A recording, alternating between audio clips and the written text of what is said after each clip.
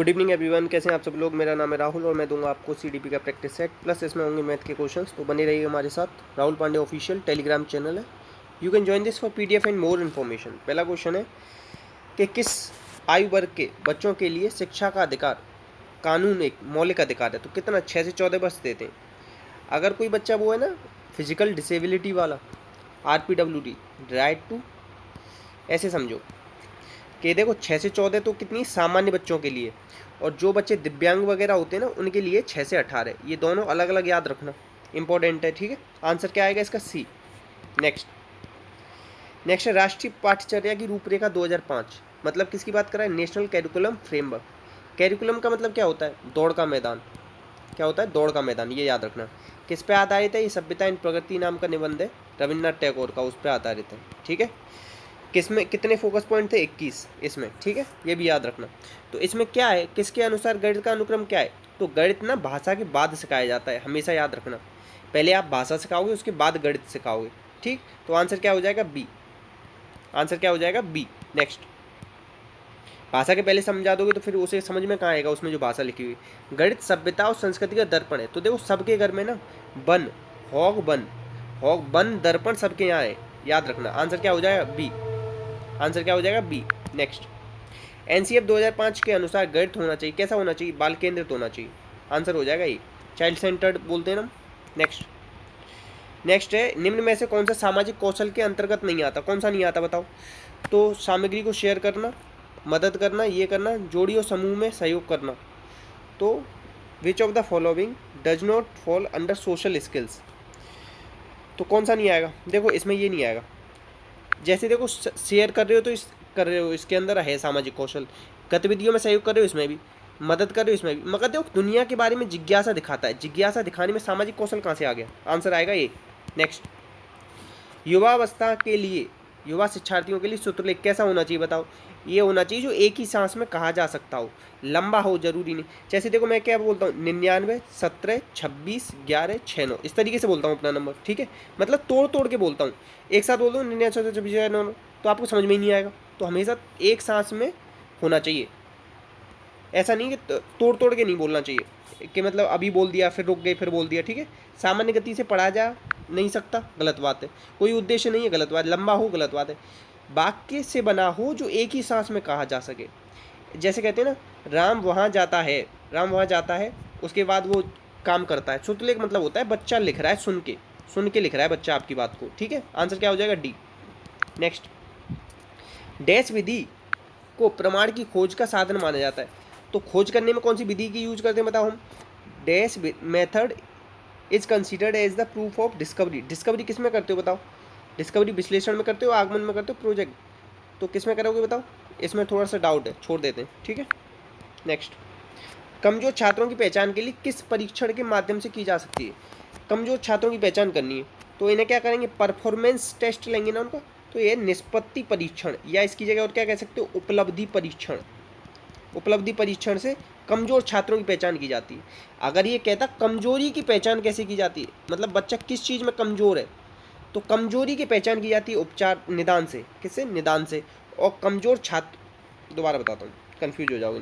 कमजोर छात्र कमजोर छात्र की पहचान कैसे करोगे? तो उपलब्धि या निष्पत्ति परीक्षण से।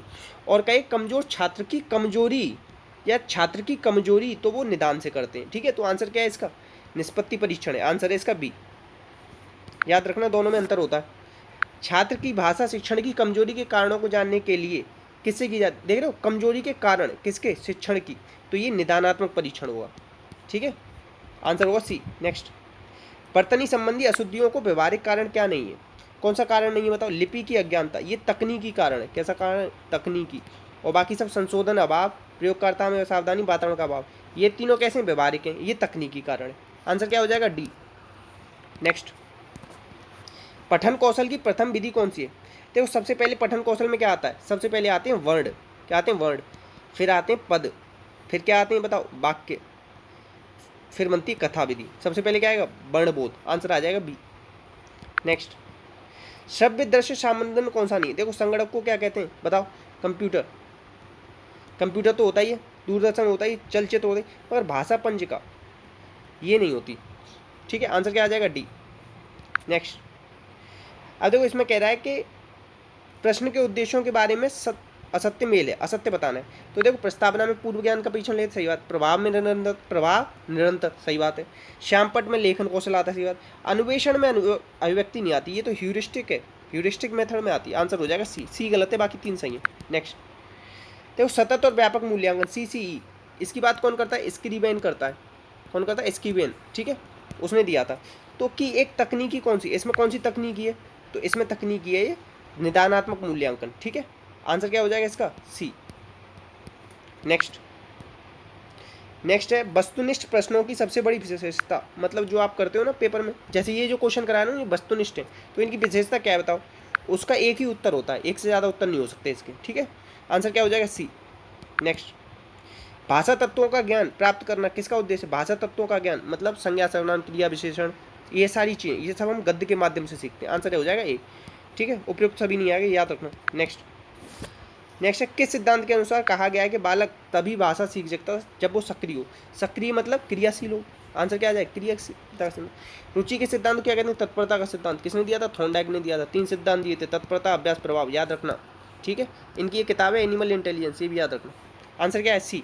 नेक्स्ट, भंडारकर विधि, ये व्याकरण पढ़ाने की विधि है, व्याकरण द्वितीय भाषा के लिए, ठीक है। तो ये रामगोपाल वर्मा ने दी थी। आंसर क्या आ जाएगा? ए। हार्वर्ड ने क्या दिया? पंचपदी प्रणाली दी है, गणित पे जोर दिया है, एकेडमिक डिसिप्लिन की बात करते हैं, प्रस्तावना, प्रस्तुतिकरण, साक्षर, सामान्यीकरण, अनुप्रयोग, 5 पद हैं इनके। आंसर क्या है इसका? ए। नेक्स्ट, अभी देखो ये है RCEM, एम से पता है मैसूर है, एम का मतलब मैसूर, आर का मतलब है रीजनल, ठीक है, ये याद रखना। देखो ब्लूम के आपने पढ़े होंगे स्टेप, कितने स्टेप दिए? 6 स्टेप दिए ना ब्लूम ने। तो 6 स्टेपों में से 3 स्टेप तो इन्होंने सेम रखे, आखिरी के 3 की जगह इन्होंने क्या कर दिया? सृजनात्मकता। तो क्या होगा आंसर? ज्ञान, बोध, अनुप्रयोग और आखिरी के 3 को मिला के इन्होंने कर दिया सृजनात्मकता। आंसर हो जाएगा ए, इन्होंने थोड़ा बदलाव कर दिया था। नेक्स्ट है FIACS, एफ से हो गया क्या बताओ? फ्लेंडर। फ्लेंडर ने ना वार्ता दी है, शिक्षक वार्ता, छात्र वार्ता, ठीक है, और मौन वार्ता, 3 तरीके की वार्ता। ये पूछता है कौन कौन सी वार्ता दी है, ठीक है। तो याद रखना, बहुत ज़्यादा इंपॉर्टेंट बनेगा। शिक्षक वार्ता, छात्र वार्ता, मौन वार्ता, ये लिख लेना कॉपी में। आंसर सी है, एफ से फ्लेंडर, ये ऐसे याद रख लो, ठीक है। और बस मॉरिसन ने बताओ क्या दिए?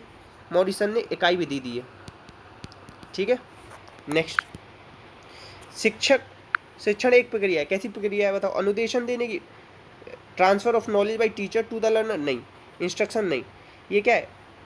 सरलीकरण की प्रक्रिया है। शिक्षण से क्या होता है? सरलीकरण करेंगे हम। आंसर होगा डी। नेक्स्ट, निम्न में से कौन सी पिछड़े बालकों के लिए विशेषता नहीं है? तो देखो कम बुद्धि वाले होते हैं, कम बुद्धि रखते हैं, जरूरी थोड़ा है कि कम बुद्धि रखें। काफ़ी पिछड़ जाते हैं, बात सही है, गति से नहीं सीख सकते, उपलब्धि परीक्षण नहीं करते, कम करते हैं थोड़ा, मगर कम बुद्धि रखते हैं। देखो जो प्रतिभाशाली बच्चा है कोई, ठीक है, और एक चीज़ याद रखना, प्रतिभाशाली बच्चे ना अभिसारी चिंतन करते हैं, अपसारी नहीं करते, ये भी याद रखना, मेरा कल गलत हुआ था। अब देखो मैं बता रहा था कम बुद्धि, आज जैसे कोई बहुत ज़्यादा इंटेलिजेंट बच्चा है और 7 दिन अगर स्कूल नहीं गया तो वो भी तो पिछड़ जाएगा ना काम वाम में, और वो भी बहुत सारी चीज़ों में पीछे रह जाएगा, फिर उसे आगे पहुंचना मतलब थोड़ा सा घर पे ज़्यादा पढ़ना पड़ेगा, तो वो उसे भी पिछड़ा बच्चा बोल सकते हैं। पिछड़ा बच्चा कोई भी हो सकता है। आंसर होगा डी, कम बुद्धि नहीं रखते, ऐसा नहीं कम बुद्धि रखते। एक संतुलित व्यक्ति में क्या होना चाहिए? मजबूत अहम होना चाहिए, याद रखना। और ये किसने दिया? सिगमंड फ्राइड ने। इन्हें क्या कहा जाता है? असामान्य मनोविज्ञान का जनक। इन्होंने लैंगिक सिद्धांत दिया, मनोविश्लेषण सिद्धांत दिया। इनके शिष्य कौन है? युंग है, हॉर्नी है, एडलर है, याद रखना है, ठीक है। साइकोपैथोलॉजी ऑफ एवरीडे लाइफ, ये किताब है इनकी। इनकी बेटी का नाम है अन्ना फ्राइड, ये भी याद रखना, ठीक है। और एडीगो, सुपर ईगो, 3 चीज़ें दी थी इन्होंने, ठीक है। चेतन मन, अचेतन, अर्धचेतन, ये बताया था। और चेतन मन 1/10 और अचेतन मन 9/10 बताया था। आंसर है इसका डी। नेक्स्ट, बाल्यावस्था को मिथ्या परिपक्वता किसने बोला है? तो ये बोला है रॉस ने, सीधे याद करने वाला क्वेश्चन है। नेक्स्ट, अच्छा देखो, और कॉल और ब्रूस ने क्या बोला है? अनोखा काल, ये भी याद रख लो, बहुत ज़्यादा पूछा जाता है अनोखा काल, याद रखना, बहुत ज़्यादा इंपॉर्टेंट है। ये आंसर बता दिया मैंने आपको, डी बनेगा इसका। नेक्स्ट है एरिक्सन के अनुसार कौन सी अवस्था में बालक पहल करता है? मतलब इनिशिएट वर्सेस गिल्ट कब स्टार्ट होता है? सबसे पहली अवस्था है इसकी ट्रस्ट वर्सेस मिसट्रस्ट, फिर है autonomy versus same and doubt, फिर है इनिशिएट वर्सेस गिल्ट। ये हो गई 0 से 18, 18 से 3, 3 से 6, तो 3 से 5 लगा दो अकॉर्डिंग टू ऑप्शन। आंसर हो जाएगा बी। एरिक्सन ने क्या दिया? 3R का सिद्धांत दिया है, ठीक है। और ये ईगो की भी बात करते हैं, ये पूछ लेगा ईगो साइकोलॉजिस्ट कौन है, तो ईगो से इनका भी नाम जुड़ता है, एरिक्सन का भी, ठीक है, ये याद रखना। और इन्होंने क्या दिया बताओ? इन्होंने सिस्टोनिक और डायस्टोनिक, ये चीज़ें बताइए, ठीक। और इन्होंने चाइल्डहुड एंड सोसाइटी नाम की किताब लिखी है, 8 स्टेज बताइए, मनोसामाजिक इनका सिद्धांत का नाम है। आंसर क्या आ जाएगा इसका? बी। नेक्स्ट, अब देखो ये कह रहा है 8 को 11 से विभाज्य करना है, तो ए का मान बताओ क्या है? ये अलग जोड़ लो, तो क्या हो जाए? 6 दूनी 12, 6 × 18, 19, 20, 21 माइनस 3 प्लस 2a। अब देखो 21 में से 3 गया तो कितना बचा? 21 में से 3 गया तो बचा 18 प्लस 2a। तो अब मैं 2a की जगह क्या रखूँ कि इसमें से घटाने पे बराबर आ जाए। 2a की जगह a की जगह रख दो 9, तो 9 दूनी 18 हो जाए, तो 18 में से 18 चला जाएगा तो 0 बचेगा। तो या तो 0 बचना चाहिए या 11, अगर 11 से डिवाइड करना है तो आंसर आएगा 9। नेक्स्ट है, देखो कोई राशि चक्रवृद्धि ब्याज की दर से 3 वर्षों में 2 गुनी हो जाती है। 2 गुनी हो गई 3 वर्षों में, 4 गुनी करनी है। कितने गुनी? 4 गुनी।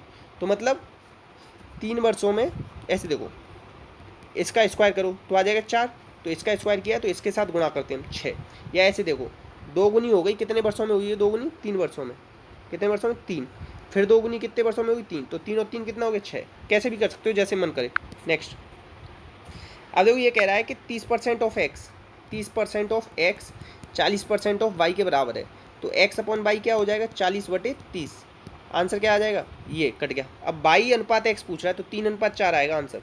आंसर क्या आएगा? 3:4। नेक्स्ट, देखो ये कह रहा है कि इतना बड़ा क्वेश्चन करके दिया इन्होंने, मैंने जस्ट ले लिया था यूट्यूब से, ठीक है। तो इसमें बताना है 5 रुपये के सिक्के 5 रुपये के कितने सिक्के हैं। तो 5 रुपये के कितने सिक्के हैं? 5 का मतलब दे रखा है 9, तो 9 पंजे 45 हो सकता है, और कोई कटेगा ही नहीं 9 से। डायरेक्ट आंसर निकाल सकते हो आप, डी। ठीक है। नेक्स्ट, अब ये कह रहा है किसी व्यक्ति ने वेतन पर 60% जीवन यापन पर 10% भाग और बचत करता है, शेष कितना बचा? 30 रुपये बचे। तो 60 और 20 80 और 10 90, शेष कितने बचा? 10%, और 10% की वैल्यू दे रखी है 30। तो 100% की क्या होगी? 10 यहाँ गुणा कर दो और 10 से यहाँ गुणा कर दो, तो 300 हो जाएगा। आंसर क्या आ जाएगा? 300। नेक्स्ट, देखो 2 मोबाइल फ़ोन 6000 रुपये फ़ोन के मूल्य पर बेचे जाते हैं, 20% लाभ पर बेचा जाता है और दूसरा 25% की हानि पर। 20% कितना हो गया? 5 से 6, और दूसरा हो गया 5 से 4। ठीक है, याद रखना। अब देखो ये कह रहा है सौदे के दौरान लाभ या हानि का प्रतिशत बताना है कितनी हुई। ठीक है, तो चलो छोड़ देते हैं, अभी इसे छोड़ देते हैं, बाद में करा देंगे। ठीक है, तो प्लीज़ शेयर कीजिएगा, सपोर्ट कीजिएगा अगर अच्छी लगी वीडियो, कोई कुछ नया सीखने को मिला हो तो, और कोई डाउट आए तो कमेंट बॉक्स में पूछ लीजिएगा। ठीक है, इसी के साथ अपने अपनों का ध्यान रखना। जय हिंद, जय भारत।